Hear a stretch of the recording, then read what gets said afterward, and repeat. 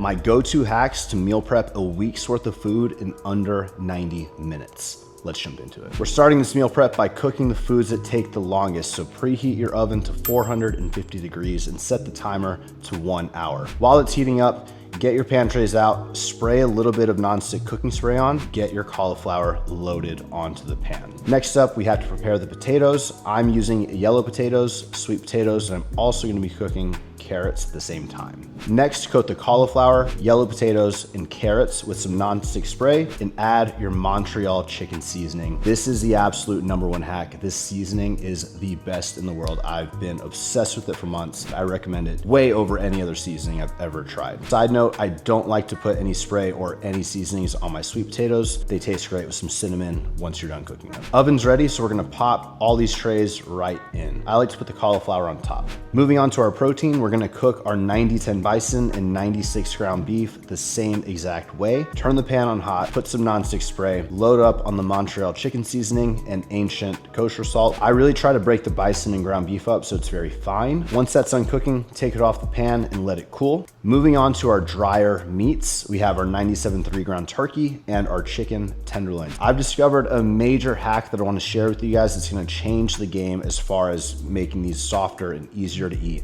days on end. Beef bone broth. Once the ground turkey is almost done cooking, I add about a cup of bone broth and cover the turkey with the lid. This is gonna make the turkey taste so much juicier and actually edible. If you're like me, ground turkey is the worst protein to eat. This makes it so much softer and easier to chew. For the chicken tenderloins, the key is to only flip them once. I like to apply pressure when it's on the first side and really be sure I let that cook for about 7 to 8 minutes before flipping. Once you flip, add a cup of bone broth and cover with the lid.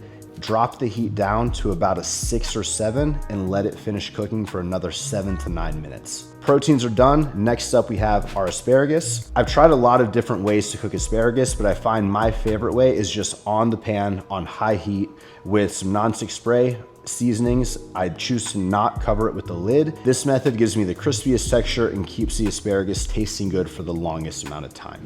Oven's done. We have the perfect amount of crispiness on the cauliflower, yellow potatoes, and carrots. All that's left now is to package this up, put it in the fridge, and you're good to go for at least a week. If you want to see a more in-depth look of this entire process, head over to my YouTube channel for the full video, link in bio.